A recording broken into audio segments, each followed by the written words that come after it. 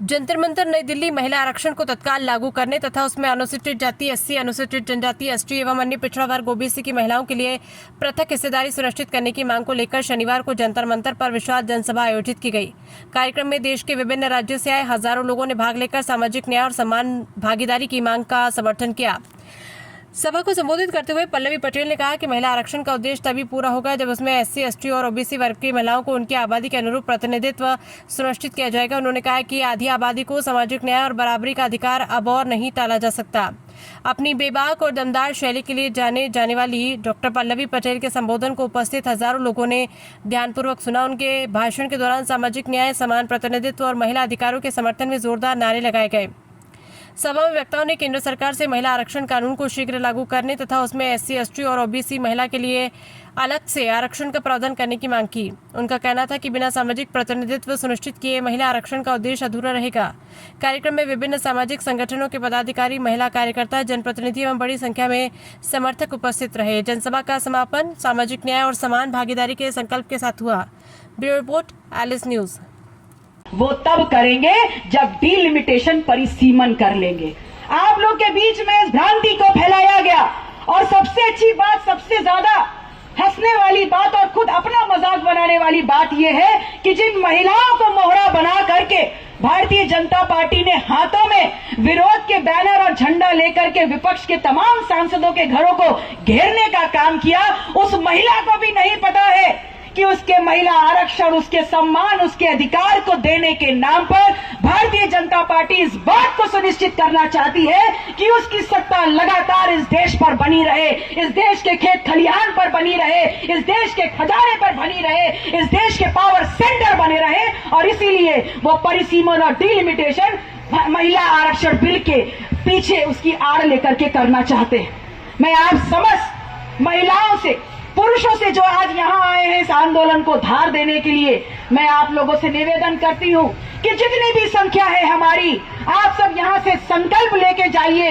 कि एक एक आदमी अपने अपने गांव क्षेत्रों में जाकर के 10-10 घरों तक पहुंच करके इस संदेश को पहुंचाने का काम करेगा कि समूचे विपक्ष ने जहां महिला आरक्षण बिल को एक साथ पारित करके इतिहास लिखने का काम किया है, वहीं समूचे विपक्ष ने इस देश के संविधान की धारणा को सबसे ऊपर रखते हुए भारतीय जनता पार्टी के काले मंसूबे को लात मार के सदन से बाहर निकालने का काम किया है। और कैसे किया है?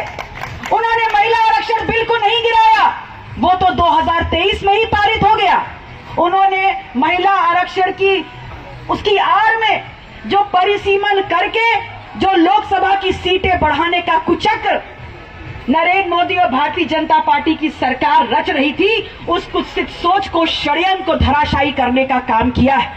क्योंकि हमारा संविधान कहता है कि इस देश में परिसीमन सिर्फ और सिर्फ उस दिशा में होगा, उस दशा में होगा, उस कंडीशन में होगा, उस परिस्थिति में होगा जब इस देश में पहले जनगणना हो जाएगी। तो जब जनगणना नहीं हुई, जब हमारी और आपकी वो मांग पूरी नहीं हुई जनगणना की, तो इस देश में समूचा विपक्ष हमारे और आपके बच्चों के भविष्य को सुधारने वाले उस परिसीमन बिल को ऐसे कैसे पारित होने दें? हमें न्याय चाहिए, पहले जनगणना करिए हमारे, और उसके बाद इस देश में सीटों को घटाने और बढ़ाने के लिए परिसीमन वाले बिल को पारित कराइए। समूचा विपक्ष साहस कर धली से उसको पारित करने का काम करेगा। ये भारतीय जनता पार्टी की सरकार है, ये भारतीय जनता पार्टी की सरकार है जो कहती कुछ है और करती कुछ है। मैं आप लोगों से पुनः वो मांग दोहरा रही हूं कि अवसर और रिजर्वेशन संविधान में पद्धत वो शब्द है जो बात करता है अवसर देने की उस समाज को जो समाज की मुख्य धारा से पीछे छूट गया। मैं अपनी मांग दोबारा दोहराती हूं कि जब तक 33% महिला आरक्षण बिल जो लागू होना है उसमें इस वंचित समाज के लिए, ओबीसी, एससी, एसटी समाज के लिए हिस्सेदारी कोटा घोषित नहीं किया जाएगा, तब तक इस देश में महिला आरक्षण बिल लागू नहीं होने पाएगा। ये बात सत्य है। आप लोगों से कहने आए हैं कि भारतीय जनता पार्टी चतुर और चालाक है, हमसे ज्यादा आप जानते हैं, और जिन चट्टी चौराहों पे आप रह रहे हैं रोज कहीं ना कहीं उनकी चालाकी का सामना आप जरूर करते हैं। जब कभी निकलता है विपक्ष, जब कभी निकलता है वो आम आदमी उनसे सवाल करने के लिए, तो हमारे तूफान को भी वो बुलबुला बना देते हैं और अपने बुलबुले को तूफान बना करके इस गोदी मीडिया के हाथों दिखाने का काम करते हैं। लेकिन हम कह रहे हैं कि अपना दल कमेरावादी सड़क से सदन तक लड़ने वाला 30 साल की उम्र का वो नौजवान संगठन है कि जब आज दिल्ली की धरती पर आया है तो चेतावनी आंधी के रूप में लेके आया है। और अगर कोटा में कोटा निर्धारित करते हुए आपने महिला आरक्षण बिल लागू नहीं किया तो याद करिएगा, यही अपना दल आपकी कुर्सी से आपको गिराने के लिए अगली बार तूफान लेके आएगा। इस बात को आज नोटिस कर लीजिए। आप सभी का बहुत बहुत आभार।